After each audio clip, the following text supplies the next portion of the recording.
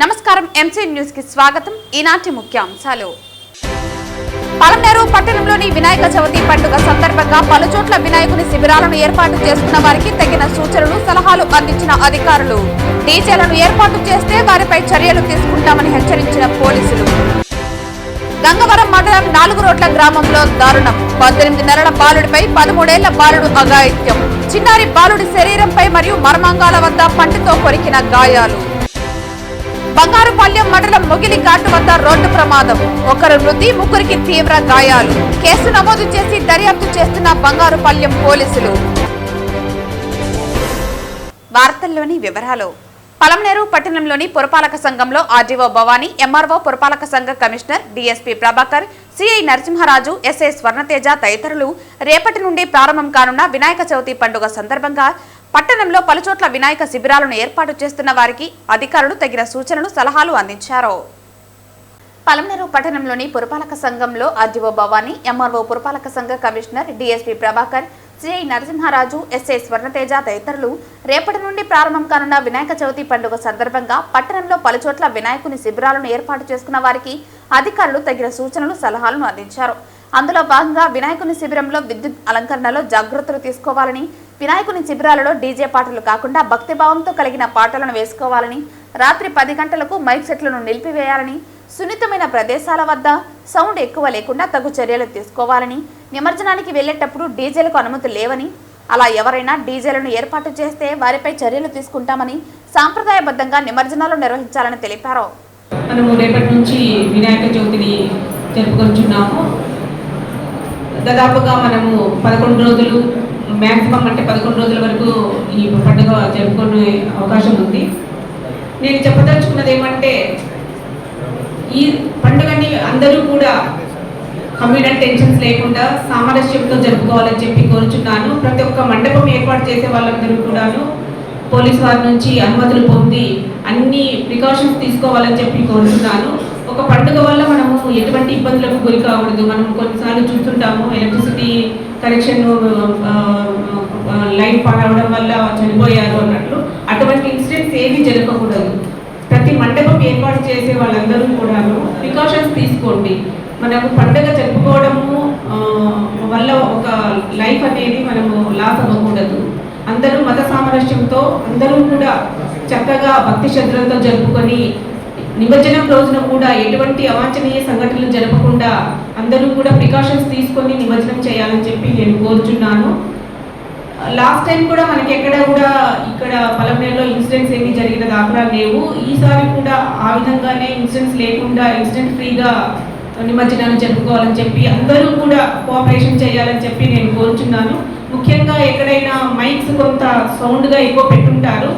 కొంత రెసిడెన్షియల్ ఏరియాలో ఉన్న వాళ్ళు మనం టైమింగ్స్ పాటించాలి. టైమింగ్స్ పాటించి మిగతా వాళ్ళకు కూడా డిస్టర్బెన్స్ లేకుండా చూసుకొని కలుపుకొని పోవాలి. కాబట్టి ప్రతి ఒక్కరు కూడా జాగ్రత్తగా తీసుకొని ఈ వినాయక చవితిని సామరస్యంతో ఎటువంటి ఇబ్బందులు లేకుండా చూడాలని చెప్పి నేను అందరినీ కోరుతున్నాను. Thank you.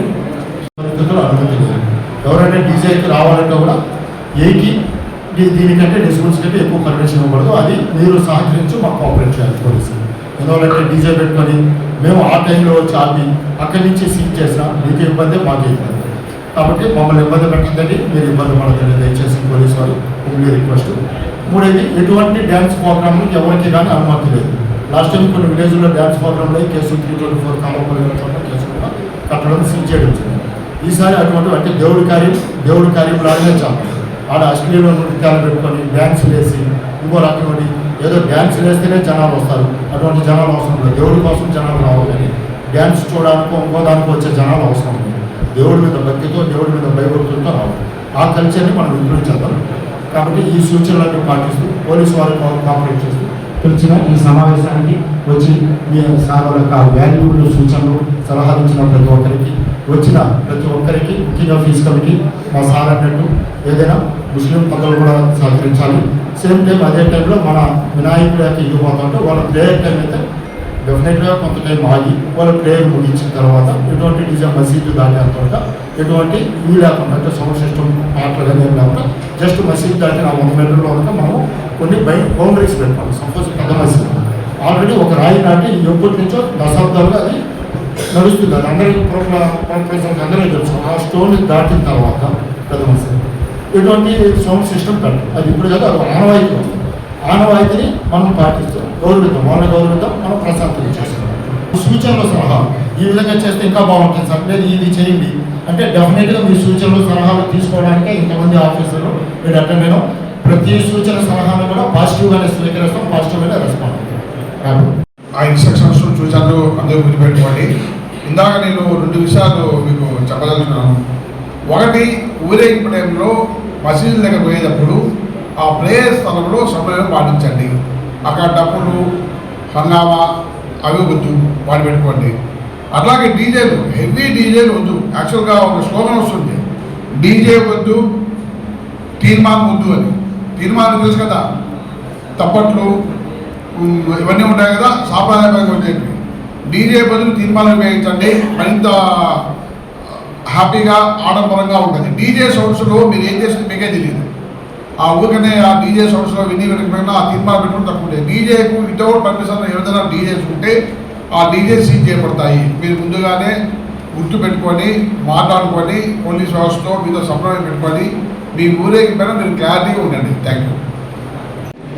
ఇంకా ఇప్పుడు ఇందాక కాదర్ భాష గారు మాట్లాడారు. ముందు ఎప్పటి నుంచో హిందూ ముస్లింలు అందరూ ఏకమై పీర్ల పండుగ కానీ వినాయక చవితి కానీ చేసుకుంటా ఉన్నారు. ఇక్కడే కాదు పెద్దనా అందులో మన దగ్గర అయితే పొలం నెలలో ఏ ఇష్యూ లేవు, ఇక మీద కూడా జరగవని ఆశిస్తున్నాను. అలాగే ఇందాక మన డిఎస్పీ గారు మాట్లాడారు.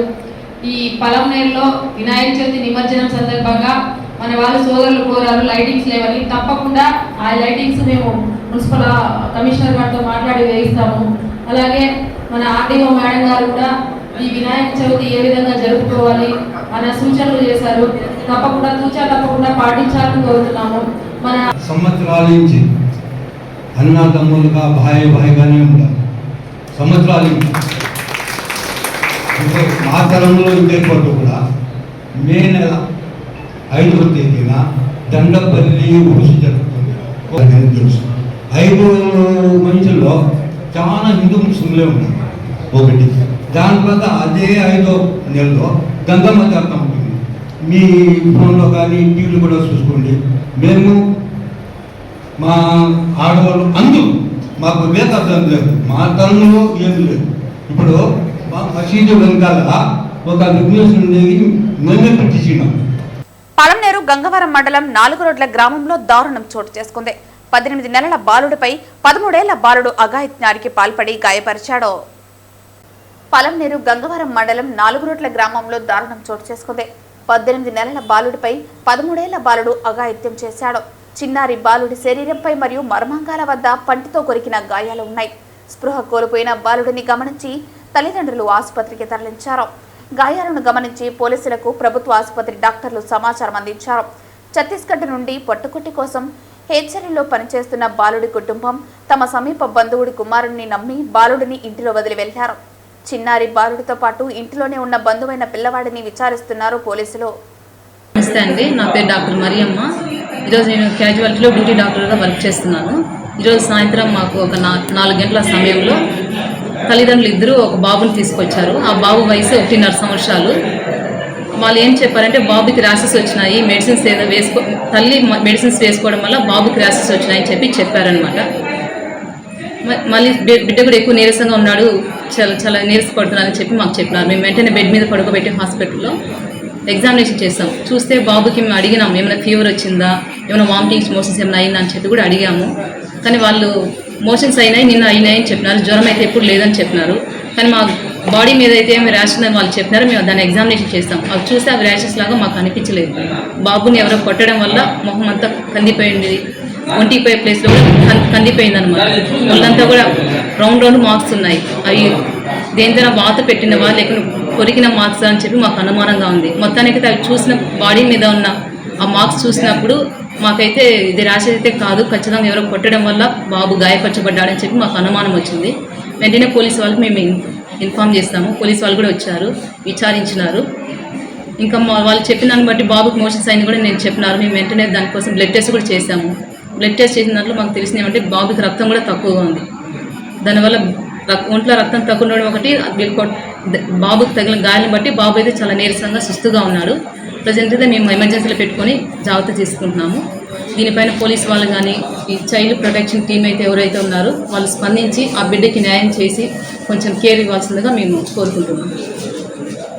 నీరసంగా ఆల్రెడీ బాడీలోనే బాబుకి బ్లడ్ తక్కువ ఉంది కదా, అదొకటి గాలి తగిలిన వల్ల బిడ్డ అయితే కొంచెం నీరసంగా ఉన్నారు, కొంచెం కండిషన్లో ఉన్నాడు. మా ప్రయత్నం అయితే మేము చేస్తున్నాం. రెఫర్ చేయడానికి మాకు కొంచెం భయం వేస్తుందండి, ఎందుకంటే మేము ఇంట్లో ఉన్న బాబునే ఇట్లా గాయాలతో తీసుకొచ్చారు వాళ్ళు. మేము రెఫర్ చేస్తే వాళ్ళు ఇంటికి ఖచ్చితంగా పెద్ద హాస్పిటల్ తీసుకెళ్తారని నమ్మకం అయితే మాకు లేదు. వెంటనే మళ్ళీ హాస్పిటల్ తీసుకెళ్ళకుండా మళ్ళీ ఎక్కడైనా బయట తీసుకెళ్ళి బాబుకైనా ఎక్కువ రిస్క్ ఉంటుంది అని చెప్పి ఇంకెక్కువ గాయపరుస్తున్న అనుమానంతో మేము అయితే పెద్ద హాస్పిటల్ తీసుకెళ్ళలేదు. ప్రజెంట్ ఇక్కడ ఎమర్జెన్సీ రూమ్లో మేము మా వంతు మేము కేర్ తీసుకుంటున్నాం. ఎక్కడి నుంచి వచ్చారు వాళ్ళు? ఛత్తీస్గఢ్ అని చెప్పారు. ప్రజెంట్ అయితే వాళ్ళు పత్తికొండ దగ్గర ఉన్నామని చెప్పినారు. అంటే హైవే పౌల్ట్రీలో పనిచేస్తారంట వాళ్ళ నాన్నగారు, పౌల్ట్రీలో పనిచేస్తామని చెప్పారు. అందరికీ నమస్కారం. ఈరోజు మా national human rights and crime control ఫోర్స్కు రాబడినటువంటి సమాచారం మేరకు పలమనేరు ప్రభుత్వ ఆసుపత్రిలో చిన్న బాలుడి మీద ఒంటి మీద గాయాలు ఉన్నాయని చెప్పి మాకు సమాచారం రావడం జరిగింది. ఇమీడియట్గా గవర్నమెంట్ హాస్పిటల్కి వచ్చి ఆ బాబు ఒంటి మీద ఉన్నటువంటి గాయాలు చూసి వాళ్ళ పేరెంట్స్ని విచారిస్తే వాళ్ళు పొంతనలేనటువంటి సమాధానాలు చెప్తున్నారు. సో దీని మీద మాకు అనుమానాలు ఉన్నాయి. ఎందుకనంటే ఈ రోజుల్లో చైల్డ్స్కి ప్రొటెక్షన్ లేకుండా పోతుంది. సో బాబు యొక్క ఒంటి మీద ఎక్కడ పడితే అక్కడ కొరికారు, మర్మాంగాల మీద కొరికినటువంటి ఇది ఉన్నాయి. మీరు కావాలంటే దృశ్యాల్లో చూడొచ్చు. మేము ఇది వెంటనే మన పలమనేరు గవర్నమెంట్ డాక్టర్స్ని కూడా అడగడం జరిగింది. సో వాళ్ళు కూడా ఇది కొరికినటువంటి ఆనవాళ్ళని చెప్పేసి వాళ్ళు కూడా రిపోర్ట్ ఇవ్వడం జరిగింది. సో ఇమ్మీడియట్గా చైల్డ్ ప్రొటెక్షన్ వాళ్ళకి 1098కి కాల్ చేయడం జరిగింది. వాళ్ళు కూడా బాబుకి ప్రొటెక్షన్ ఇస్తామని వితిన్ 15 మినిట్స్లో బాబు దగ్గరికి వస్తామని చెప్పి తెలిపారు. అదేవిధంగా వాళ్ళ యొక్క తల్లిదండ్రుల మీద మా national human rights and crime control force తరఫున వాళ్ళ మీద అగైనెస్ట్గా కేసు అయితే ఫైల్ చేయడం జరుగుతుంది. దీని మీద నిజాలు పోలీసులు తేల్చాల్సిన అవసరం ఎంతైనా ఉంది. Thank you. చిత్తూరు జిల్లా బంగారుపాలెం మండలం మొగిలి ఘాట్ వద్ద రోడ్డు ప్రమాదం జరిగితే ఈ ప్రమాదంలో ఒకరు మృతి చెందగా ముగ్గురికి తీవ్ర గాయాలయ్యాయి. బంగారుపాలెం మండలం మొగిలి ఘాట్ వద్ద రోడ్డు ప్రమాదం చోటు చేసుకుంది. ఈ ప్రమాదంలో ఒకరు మృతి చెందగా ముగ్గురికి తీవ్ర గాయాలయ్యాయి. మృతి చెందిన వ్యక్తి బెంగళూరు వాస్తవ్యుడు వినోద్ కుమార్ గా గుర్తించారు. బెంగళూరు నుండి వేలూరుకు వెళ్తుండగా ఈ దుర్ఘటన జరిగింది. ముందు వెళ్తున్న ఈచర్ వాహనాన్ని కారు ఢీకొనడంతో ఈ ప్రమాదం జరిగింది. గాయపడ్డ వారిని బంగారుపాలెం ప్రభుత్వ ఆసుపత్రికి పోలీసులు తరలించారు. బంగారుపాలెం పోలీసులు కేసు నమోదు చేసుకుని దర్యాప్తు చేస్తున్నారు. టీడీఆర్ బాండ్ల కుంభకోణం వెనుక ఉన్న అధికారి ఎవరోని గత 2 సంవత్సరాలుగా తిరుపతిలో చర్చించబడుతున్న టీడీఆర్ బాండ్ల స్కామ్ ఆరోపణలపై తిరుపతి మాజీ ఎమ్మెల్యే భూమన కరుణాకర్ రెడ్డి సంచలన వ్యాఖ్యలు చేశారు. నిన్న పురపాలక శాఖ మంత్రి నారాయణ గారు తిరుపతిలో విలేకరులతో మాట్లాడుతూ టీడీఆర్ బాండ్లకు సంబంధించి తిరుపతిలో పెద్దగా ఏమీ జరగలేదు అని ప్రకటించినట్టుగా ఈరోజు పత్రికలలో వార్త చూశాను. ఆయన మళ్ళీ దానికి భిన్నంగా మాట్లాడినా నాకు అభ్యంతరం లేదు. ఎందువల్లంటే టీడీఆర్ బాండ్ల విషయంలో ఏ విచారణకైనా సిద్ధంగా ఉన్నామని ప్రకటిస్తున్నాను నేను. కానీ దీనికి సంబంధించి నేను ఏ రోజు కూడా స్పందించలేదు. ఏదో విమర్శలు వస్తున్నాయి, సరే చూద్దాము అనేటువంటి ధోరణిలోనే నేను వెళ్ళటం జరిగింది. జనరల్గా నా మీద వచ్చేటువంటి విమర్శలకు నేను వెంటనే స్పందించటం కూడా నాకు అలవాటు లేదు. ఇవన్నీ కూడా రాజకీయాలలో చాలా సర్వసాధారణమైనటువంటి విషయాలే కదా అని. కానీ దీని మీద ఈ రోజున ఒక వివరణ చెప్పాల్సినటువంటి అవసరం ఉన్నది అని భావిస్తున్నా. 2 సంవత్సరాలుగా దాదాపు నా మనసులో ఉన్నటువంటి అభిప్రాయం ఇది. గతంలో నేను సీఎంఓలో ఉన్నటువంటి ఒక సీనియర్ అధికారితో కూడా నేను మాట్లాడడం జరిగింది. నేను దీని మీద మాట్లాడతాను అని కూడా. కానీ ఆ రోజున వీలు కాలేదు. ఈ రోజున తప్పనిసరిగా నేను మాట్లాడక తప్పటం లేదు. దీనికి ప్రధానమైనటువంటి కారణం ఒక అవినీతిలో అనకొండ లాంటి ఒక అధికారిని, రాష్ట్రంలో ఉన్నటువంటి మంత్రులనందరినీ కూడా పూచిక పుల్లల్లాగా చూసేటువంటి అధికారిని, మరి తన శాఖకు ఇన్ఛార్జిగా ఉండేటువంటి మంత్రులనైతే లెక్క కూడా చేయనటువంటి అధికారిని, ఆ అధికారిని డబ్బులు సంపాదించటమే తప్ప ఏ నైతిక విలువలు లేనటువంటి మనిషిగా, ఒక మాటలో చెప్పాలంటే ఓ తాటకిలాగా కింది అధికారుల పట్ల వ్యవహరించేటువంటి ఆమె, తిరుపతిలో మేము నూతనంగా రోడ్లు వేస్తున్నాము కనుక ఆ రోడ్లను కోల్పోయి, ఆ రోడ్ల వలన స్థలాలు కోల్పోయేటువంటి వాళ్లను టీడీఆర్ బాండ్ల పేరుతో దోపిడీ చేయటానికి, తద్వారా 100 కోట్లు నొక్కియటానికి ఆవిడ పన్నిన కుటిల పన్నాగాన్ని అడ్డుకున్నాము అన్నటువంటి దుగ్ధతో, కోపంతో ఆవిడ తెలుగుదేశం పార్టీకి సంబంధించిన మా పక్క జిల్లా నేతలకు ఈ విషయాన్ని చెప్పి, ఏం మాట్లాడినా చెల్లుతుంది కాబట్టి 2,000 కోట్ల రూపాయలు అవినీతి జరిగింది అని ఆ రోజు నుంచి ఈ రోజు వరకు కూడా మా మీద ఎంత ప్రచారం చేశారో అందరికీ కూడా తెలుసు. ఇటీవల బ్రాహ్మణ కార్పొరేషన్ చైర్మన్ గా నియమితులైన బుజ్జి రాంప్రసాద్ ను ఆంధ్రప్రదేశ్ బ్రాహ్మణ సంక్షేమ సమైక్య రాష్ట్ర కార్యవర్గం కలిసి శుభాకాంక్షలు తెలియజేసింది. రాష్ట్ర ప్రభుత్వంచే బ్రాహ్మణ కార్పొరేషన్ చైర్మన్ గా నియమితులైన బుజ్జి రాంప్రసాద్ ని ఆంధ్రప్రదేశ్ బ్రాహ్మణ సంక్షేమ సమైక్య రాష్ట్ర కార్యవర్గం మంగళగిరిలోని తెలుగుదేశం పార్టీ కార్యాలయంలో రాష్ట్ర అధ్యక్షులు ఇసుకపల్లి కామేశ్వర్ ప్రసాద్, గౌరవ అధ్యక్షులు బాలరామకృష్ణమూర్తి ఆధ్వర్యంలో కలిశారు. ఈ సందర్భంగా బుజ్జి రాంప్రసాద్ మాట్లాడుతూ, త్వరలోనే అన్ని జిల్లాల్లో పర్యటిస్తానని, అన్ని సంఘాలను కలుపుకుపోతూ అడుగులు వేద్దామని, రాష్ట్రంలో ఉన్న సంఘాలన్నింటినీ కలుపుతూ ఒక వేదికగా తీసుకొచ్చే విధంగా చర్యలు చేపడతామని తెలిపారు. ఈ క్రమంలో రాష్ట్ర ప్రధాన కార్యదర్శి వేదం హరిప్రసాద్ మాట్లాడుతూ, సబ్సిడీ లోన్లు తిరిగి తీసుకురావాలని, లోన్లలో తీసుకునే అదనపు షేర్ మొత్తానికి కనీస వడ్డీ లేదా డివిడెంట్ లభించే విధంగా చర్యలు తీసుకోవాలని కోరారు. అలాగే రాష్ట్ర కార్యనిర్వహణ అధ్యక్షులు గాలు శ్రీనివాసరావు మాట్లాడుతూ, వాహనమిత్ర గ్రూప్ ని మళ్లీ పరిశీలించాలని కోరారు. రాష్ట్ర కోశాధికారి ఉమామహేశ్వరరావు మాట్లాడుతూ, ధూప దీప నైవేద్యాలను సంబంధించి గ్రామాల్లో, పట్టణాల్లో సరిగ్గా అందడం లేదనే విషయాన్ని చైర్మన్ బుచ్చి రాంప్రసాద్ దృష్టికి తీసుకొచ్చారు. రాష్ట్ర న్యాయ విభాగ కన్వీనర్ నారాయణరావు నెల్లూరు పట్టణంలోని కాశీ విశ్వేశ్వర కర్మక్రియల భవన స్థలం పరిశీలించాలని కోరారు. అనంతరం రాష్ట్ర కార్యవర్గం బుచ్చి రాంప్రసాద్ కి వినతి పత్రం సమర్పించడం జరిగింది. ఈ కార్యక్రమానికి వినుకొండ బ్రాహ్మణ సంఘం, తిరుపతి, కడప, నెల్లూరు, చిలకలూరిపేట, కృష్ణా జిల్లాలలో బ్రాహ్మణ సంఘాల రాష్ట్ర ప్రతినిధులు మాధవరావు, రఘు మాస్టర్, దేవలపల్లి చంద్రశేఖర్, సాయిరాం, రాఘవేంద్ర తదితరులు నూతనంగా ఎన్నుకోబడిన చైర్మన్ బుచ్చి రాంప్రసాద్ కి అభినందనలు తెలియజేశారు.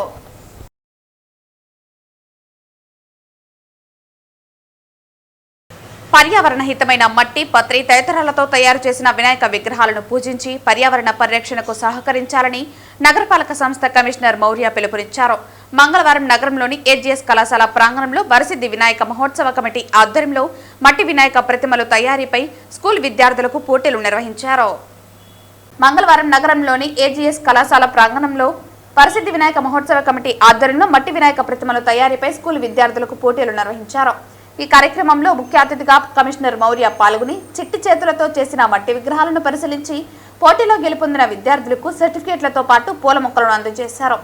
ఈ సందర్భంగా కమిషనర్ మాట్లాడుతూ, వినాయక చవితిని భక్తి శ్రద్ధలతో ఆనందంగా జరుపుకోవాలని అన్నారు. విద్యార్థులు ఎంతో చక్కగా భక్తితో మట్టి విగ్రహాలు తయారు చేయడం ఆశ్చర్యానికి గురి చేస్తుందన్నారు. ఇలాంటి పోటీలు పిల్లల్లో భక్తితో పాటు సృజనాత్మకతను వెలికితీయడానికి ఉపకరిస్తుందని అన్నారు. వినాయక నిమజ్జనానికి వినాయక సాగర్లో అన్ని ఏర్పాట్లు చేస్తున్నామని అన్నారు. అందరూ అధికారులు సూచించిన మార్గంలో వెళ్లి నిమజ్జనాన్ని విజయవంతంగా నిర్వహించాలని ఆదేశించారు.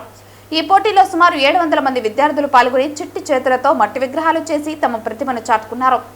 ఈ కార్యక్రమంలో డిప్యూటీ మేయర్ ఆర్చి మునికృష్ణ, ఉత్సవ కమిటీ కన్వీనర్ సామాజి శ్రీనివాసులు, బోర్డు సభ్యులు భానుప్రకాష్ రెడ్డి, సభ్యులు గుండాల గోపీనాథ్, నవీన్ కుమార్ రెడ్డి, వివిధ పాఠశాల ఉపాధ్యాయులు తదితరులు పాల్గొన్నారు.